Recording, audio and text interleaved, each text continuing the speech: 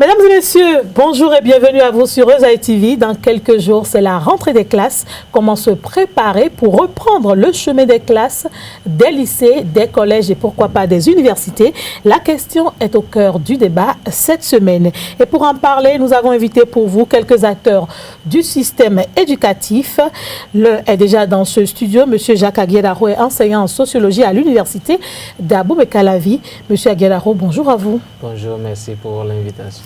Merci à vous surtout d'avoir répondu présent et à l'heure à cette émission. À quelques jours de la rentrée, quelles sont les dispositions à prendre par les apprenants, quel que soit leur niveau d'études?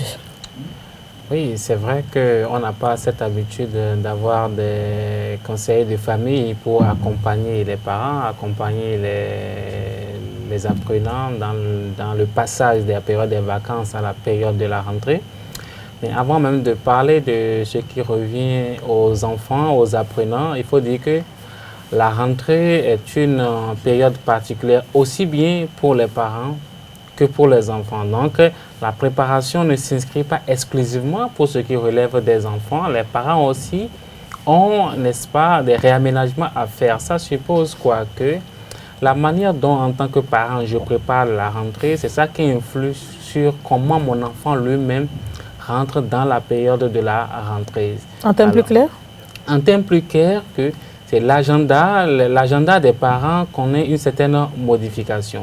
Et ce qu'on peut appeler modification dans l'agenda des parents, c'est dire que peut-être que pour la période des vacances, il y avait une disponibilité moins tournée vers une certaine rigueur au niveau de l'enfant. Aujourd'hui, votre enfant commence la rentrée, vous êtes obligé d'être beaucoup plus présent, beaucoup plus soucieux un petit peu de comment il organise, n'est-ce pas, cette rentrée académique-là. De la même manière, l'heure du coucher, l'heure du retour du service, l'heure des déjeuners, tout et tout, doit connaître un réaménagement systématique au niveau de la famille, au niveau des parents. Du coup, et votre agenda au service est lié à l'agenda de l'enfant par rapport à la rentrée ou par rapport aux vacances. Donc, il y a un certain nombre de changements qui doivent intervenir. Autre chose aussi, peut-être pour finir là-dessus, pour ce qui relève, n'est-ce pas, des parents, c'est un petit peu ce qu'on peut appeler la gestion du pouvoir d'achat ou la gestion de la cagnotte financière de la maison. Vous voyez un petit peu, et les dépenses liées à la rentrée sont des dépenses qui peuvent avoir un effet sur les performances scolaires de l'enfant.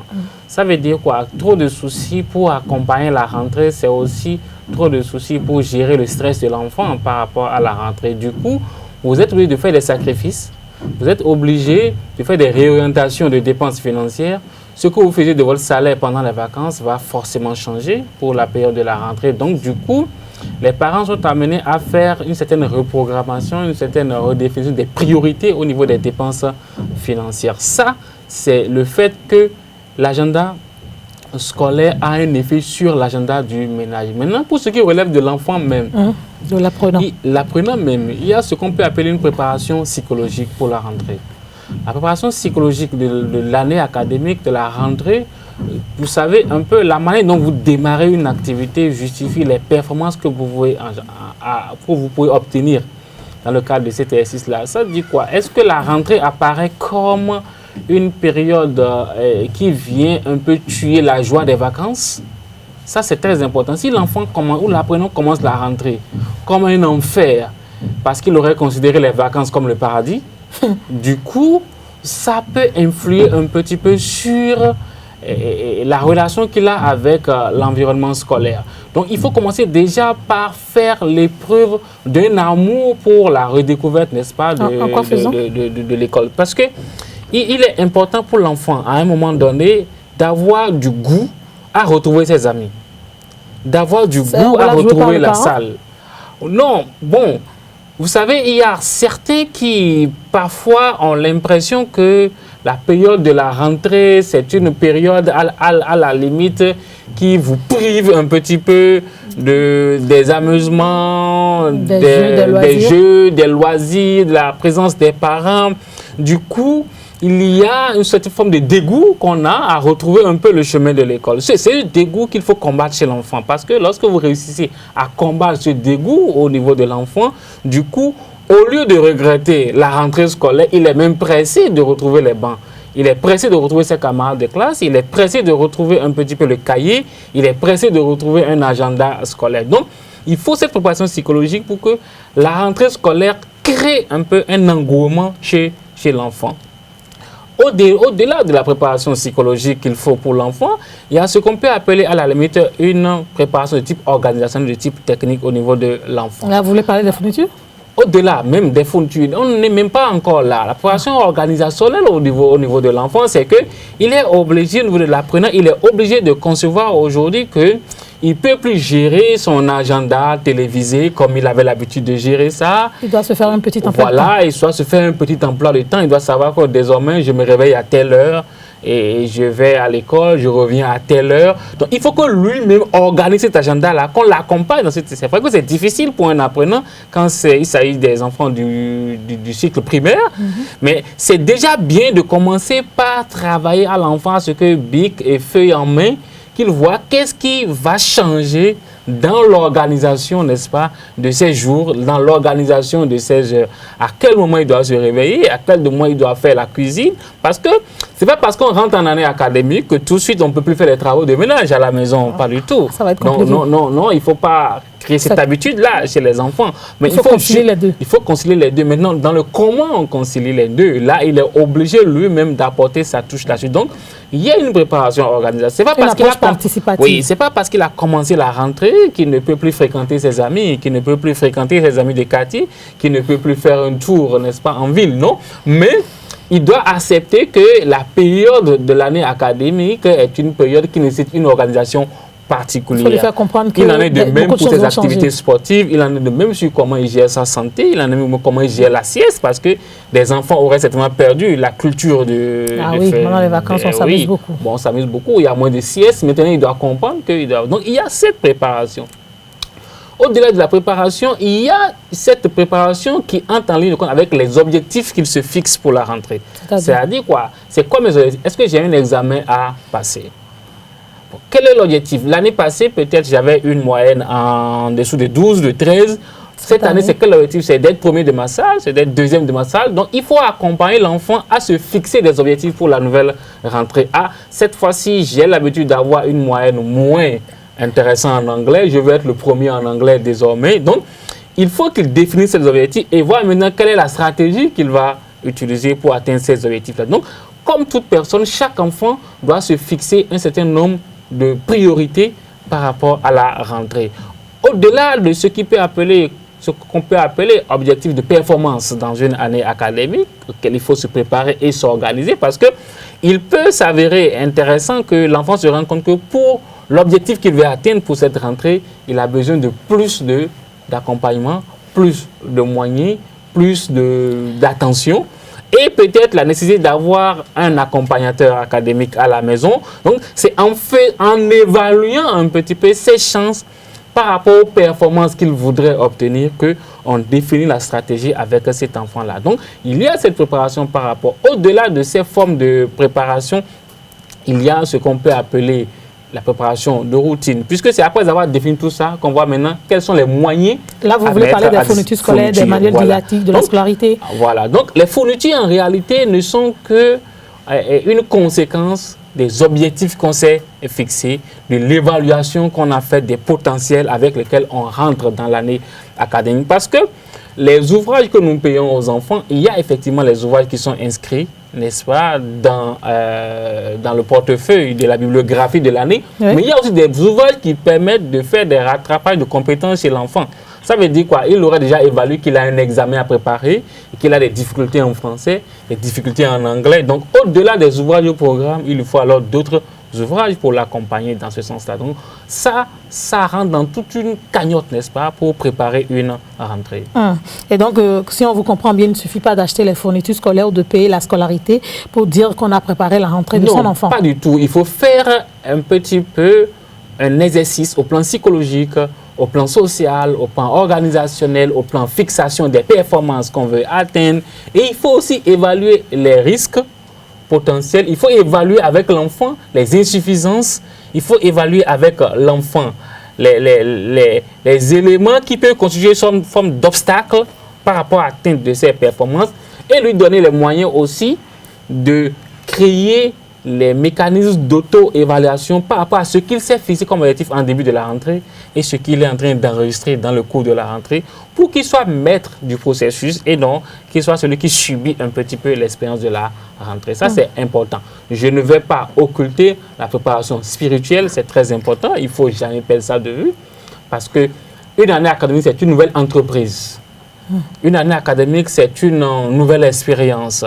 Et comme on le sait si bien, rien de grand ne s'obtient sans une dose de spiritualité. Donc c'est important de confier votre rentrée académique, n'est-ce pas, à au fait religieux auquel vous êtes abonné. Si vous êtes vaudou, non, il faut aller demander toute la bénédiction des divinités de votre famille. Si vous êtes chrétien, il faut en faire de même. Vous êtes musulman, il faut en faire de même pour créer tous les moyens et tout l'environnement attractif quand même, qui vous permet d'avoir toute une sérénité en commençant la rentrée. Ce n'est pas bien de commencer une rentrée avec suffisamment de stress, avec suffisamment de crainte ou de peur ou de questions. Il peut arriver que les parents n'aient pas les moyens pour apporter tout ce qu'il faut à l'enfant. Dans ce cas? Dans ce cas, c'est en discutant avec l'enfant que tout ceci s'obtient. Ah, on ne peut pas te payer. Tu as besoin d'un nouveau kaki, une nouvelle tenue, mais on n'a pas les moyens pour la nouvelle tenue. Il faut adopter une approche maintenant, et bon, voilà, tu vas porter ce que tu avais. Après 2 mois, papa va te payer une nouvelle tenue. Bon, il faut discuter avec lui et qu'il fasse le jeu. Ah, bon, voilà, il y a un nouveau sac. Parce que quand il rentre dans une année, n'oubliez pas qu'il y a une compétition qui s'installe systématiquement. Moi, je voulais déjà dire que quand j'étais toute petite, en tout cas, chaque fois qu'on dit qu'il y a rentré, pour moi, c'est que tout doit être nouveau. Voilà, voilà. Donc, il y a déjà cette appréhension qu'on a. On veut paraître beau, on veut paraître un peu compétitif. Et la compétition, elle est intellectuelle. Mais c'est vrai aussi qu'avant qu'elle ne soit intellectuelle, il y a cette effervescence que tout le monde veut voir. Donc, alors que tous les enfants ne sont pas issus des mêmes familles, des mêmes milieux, alors que tous les parents n'arrivent pas à atteindre vraiment les objectifs qu'ils auraient voulu atteindre en début de rentrée, il peut y avoir des difficultés qui peuvent intervenir. Donc, il faut accompagner l'enfant, il ne faut pas l'emmener à subir ça. Il faut échanger avec lui, peut-être que négocier même s'il le faut avec lui, de sorte qu'il comprenne un petit peu la situation de ses parents, qu'il comprenne un peu les difficultés qu'ont ses parents et qu'il sache qu'il a un défi à relever. Ça, c'est très important. Il faut qu'il soit central. Au niveau des adultes? Au niveau des adultes, oui, des étudiants, bon, voilà, c'est pratiquement le même schéma. C'est pratiquement le même schéma. Rien ne change parce que personne n'est isolé dans ce processus-là. Même un étudiant, il n'évolue pas en vase clos. Il a des parents, il a des amis, il a une habitude. Niveau intellectuel, non, ce n'est pas le niveau intellectuel qui compte, c'est l'environnement qui porte le niveau intellectuel qui compte. Quel que soit votre niveau intellectuel, si vous ne créez pas un environnement assez attractif pour votre année académique, vous tombez dans... Que ce soit l'enfant qu'on retrouve au CI ou au CP, ou l'étudiant qui est en 3e année ou en année de licence, il a besoin de fixer des objectifs. Maintenant, quels peuvent être les niveaux, n'est-ce pas, de différence ou d'écart qu'on peut constater chez un mineur, chez un adolescent, chez un jeune? C'est le degré de responsabilité qu'il prend dans le processus. On ne va pas faire prendre une responsabilité très élevée à un enfant, à un mineur, que ce qu'on peut faire, ce qu'on peut voir chez un jeune. Ça suppose quoi? Que au moment où vous vous retrouvez dans la peau d'étudiant et que vous devez commencer une année académique, vous posez moins de questions aux parents que ce qu'on aurait pu obtenir chez... Parce que quoi? Il ne faut pas perdre de vue que la vie de l'universitaire, la vie de l'étudiant, c'est une construction d'une personnalité beaucoup plus proche, n'est-ce pas, de ce qu'on peut appeler l'exercice de l'autorité en soi. Donc, ça veut dire qu'on se pose beaucoup de questions, on cherche en soi beaucoup de réponses. Oui, mais en fait, je pose la question parce qu'à ce niveau, souvent dans notre société, on se dit que l'enfant est déjà grand et que l'enfant peut se débrouiller tout seul, surtout quand on n'a pas les moyens en tant que parent. En fait, c'est une erreur fondamentale que nos parents commettent d'abord en croyant que l'entrée de l'enfant à l'université, c'est le début du désengagement. C'est une erreur grave. C'est une erreur grave parce que, en fait, vous pouvez construire quelque chose sur 10 ans et en moins d'1 mois, ça va s'écrouler. Juste comme ça. Ça va s'écrouler. Parce que, vous savez, l'environnement universitaire a ça de particulier que c'est une déclic, c'est une rupture totale avec ce qu'on a vécu au niveau scolaire. Là. Parce que l'emprise de la vie universitaire sur l'étudiant est tellement élevée, est tellement sensible, est tellement significative que la protection qu'il avait pendant qu'il était avec la famille disparaît spontanément. Donc, il faut accompagner ce processus d'autonomisation du jeune. À ce niveau, qu'est-ce qu'un parent devrait faire? Ce qu'un parent peut faire avec un étudiant, c'est-à-dire quoi? C'est le préparer à devenir maître de lui-même. Alors que pendant qu'il était au niveau du premier cycle, du second cycle, non, on l'accompagne plutôt à se construire une personnalité au regard de l'éducation qu'on lui donne. Déjà, à l'université, il peut commencer par faire des choix. Bien sûr. Parce qu'il faut commencer par faire les choix, il faut commencer par lui donner les moyens de croire en lui-même et de prendre des décisions de lui-même. Ça, c'est un premier niveau. La confiance en soi. Oui. Deuxième niveau, c'est ce qu'on peut appeler la crise d'éducation à l'université.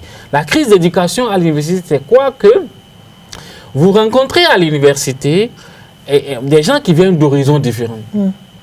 Vous rencontrez à l'université un enseignant qui réduit un petit peu la pression qu'il peut avoir sur votre personnalité, sur votre éducation. Vous rencontrez à l'université un environnement d'encadrement qui laisse beaucoup d'espace.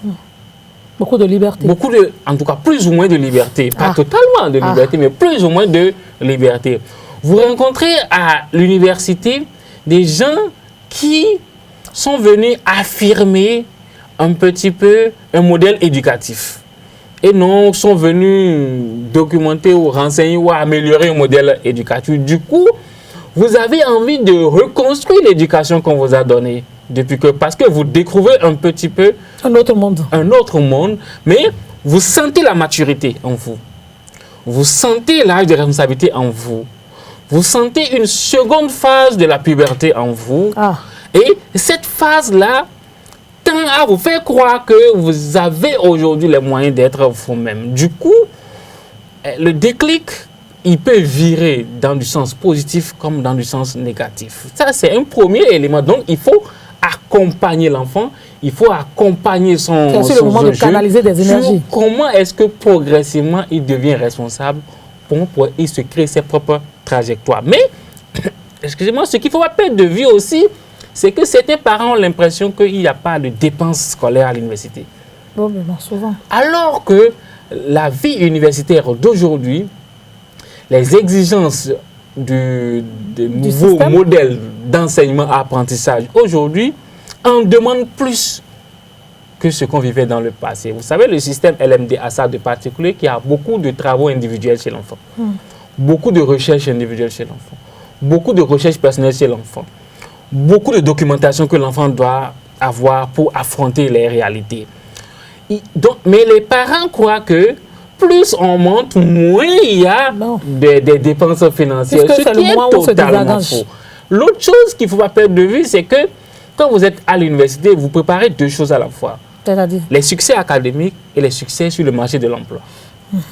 Donc, alors que les succès sur le marché de l'emploi demandent que vous créiez des moyens de performance élevés au plan académique, mais aussi que vous fassiez une certaine forme d'offensive sur la vie sociale, la vie communautaire. Ça veut dire que l'étudiant n'existe pas que pour les études.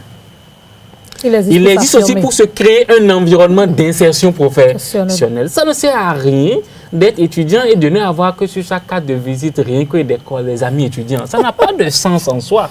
Vous voyez, il y a certaines personnes, bon, on peut tolérer qu'un élève en seconde ait à 90% d'amis élèves. Mais un étudiant qui a 80% ou bien 60% d'amis élèves, il prépare son chômage. Il prépare de façon ambiante son chômage.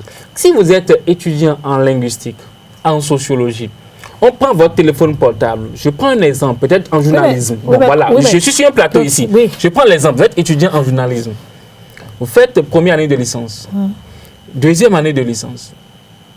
Quand on prend votre téléphone portable, 70% c'est des amis de quartier. Vous ne pouvez même pas avoir un rédacteur en chef dans votre téléphone portable. Vous préparez. Il faut pouvoir les côtoyer. C'est ça un peu la particularité de la vie universitaire. Et c'est ça qu'il faut comprendre. Et c'est pourquoi je dis que les parents doivent accompagner, non seulement pour les vécus académiques, mais aussi pour les vécus professionnels. On ne peut pas avoir son enfant à l'université et l'empêcher d'avoir des amis extra-universitaires. Oui, mais ce n'est le pas parent possible. ne dit rien à l'enfant. Si l'enfant même n'arrive pas à communiquer avec Non, il y a déjà des parents qui créent un environnement stressant. On t'a envoyé à l'université pour étudier. Bon. Quand un samedi vient et que l'enfant décide peut-être aller au centre culturel français pour suivre un spectacle, on a l'impression qu'il sort de l'académique, qu'il sort de la vie universitaire. On ne l'a pas envoyé pour aller vivre les spectacles au centre. Alors qu'en réalité, le réseau socio-professionnel que vous avez, le réseau d'amitié que vous avez, le réseau professionnel que vous avez accompagne votre employabilité, accompagne la qualité de vos compétences et de vos savoir-faire et vous prépare à descendre dans un environnement où on vous accueille. Donc ça, c'est très important de créer la culture, n'est-ce pas, des réseaux professionnels chez les enfants. Ce qui est rare. Il y a même des parents qui interdisent à leurs enfants, n'est-ce pas, de se faire des amis par rapport à une filière. Donc, à l'université, il ne faut plus faire cette erreur-là. Je crois que une fois que vous entrez à l'université, vous préparez votre environnement d'insertion professionnelle.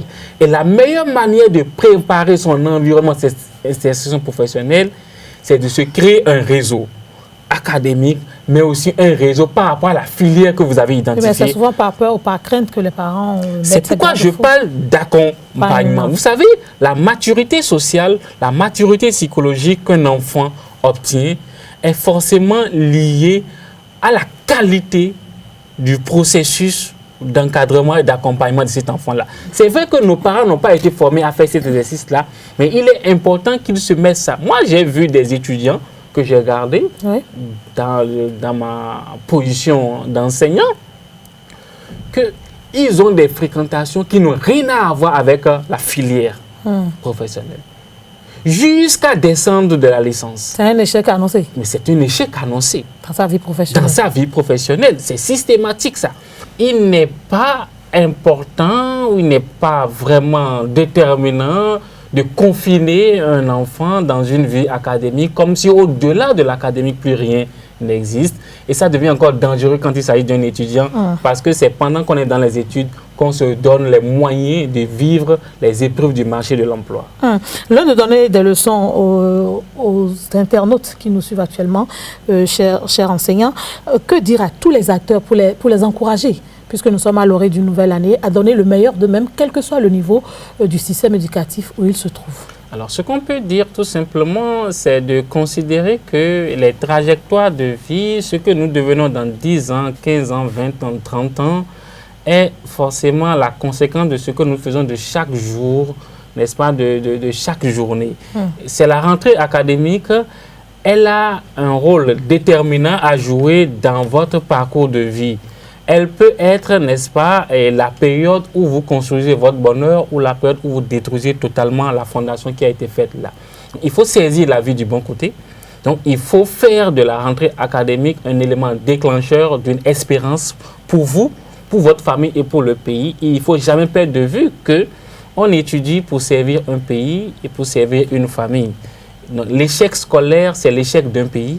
L'échec scolaire, c'est l'échec d'une famille. Donc, il vaut mieux prendre la vie du bon côté. Et peut-être que s'il y a un conseil à donner aux uns aux autres, c'est de savoir que chaque acte que pose un parent, un ami, un proche, peut avoir un effet sur les performances académiques d'un universitaire, d'un étudiant, d'un élève ou d'un écolier. De la même manière, cet effet peut être redoutable et dangereuse pour la nation demain. Donc, à chacun de jouer le rôle qui est le sien, enseignants, parents, amis, tout et tout, pour qu'ensemble, nous faisons des expériences académiques, les moyens de construire notre nation et de construire l'épanouissement pour les uns et les autres. Et je souhaite très bonne chance, très bonne année académique aux uns et aux autres. Et certainement que les médias continueront à jouer le rôle qui est le sien sur ce côté-là. Nous allons continuer de jouer notre rôle, rassurez-vous, et nous résumons en disant en ces termes que chaque parent devrait pouvoir assumer son rôle de parent à travers un suivi psychologique, social, spirituel, intellectuel, pour l'enfant. Et quant à l'enfant, l'enfant doit s'approprier et participer à son emploi du temps spécial, au-delà de l'emploi du temps que l'école ou le lycée ou l'université va lui donner. Pour cela, il faut qu'il suive assidûment ses cours, qu'il fasse un planning spécial. L'école n'est pas une prison, c'est au contraire un lieu d'éducation, d'épanouissement, et c'est important de se donner les moyens d'y arriver. Les parents également n'ont qu'à permettre aux enfants de s'épanouir au-delà de les confiner, comme si après l'école, il n'y avait plus rien. Et pourtant, après l'école, il y a une vie sociale à mener, une vie qui va participer au développement de la nation dans laquelle cet enfant ou cet apprenant se retrouve. C'est donc à un sens de responsabilité qu'on appelle chaque acteur du système éducatif. En attendant, on leur souhaite une très très belle rentrée académique, que chacun joue son rôle et que d'ici là, vous vous portez bien et que sur le débat, on vous retrouve avec beaucoup de plaisir. Merci.